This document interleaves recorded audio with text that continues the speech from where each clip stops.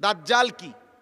দাজ্জাল মুমিনের ঈমান পরীক্ষার জন্য আল্লাহ তাআলা আখিরি জামানায় একজন ব্যক্তিকে প্রকাশ করবেন, যে হবে যুবক। নবীজি বলছেন যে হবে এলোমেলো চুলওয়ালা, এই এখন যে সেলুন কাটিং চুল কাটে যেগুলো, এদের চুল।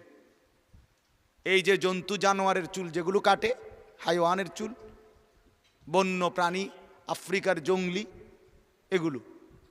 এগুলো কোনো সভ্য সুস্থ স্বাভাবিক কোনো মানুষের চুল না। মুসলমান তো পরের কথা, কোনো স্বাভাবিক মানুষের চুল না।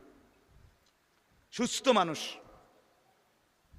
যার স্বাভাবিকতা আছে, এটা এদের চুল না। হ্যাঁ, এ সম্পূর্ণ।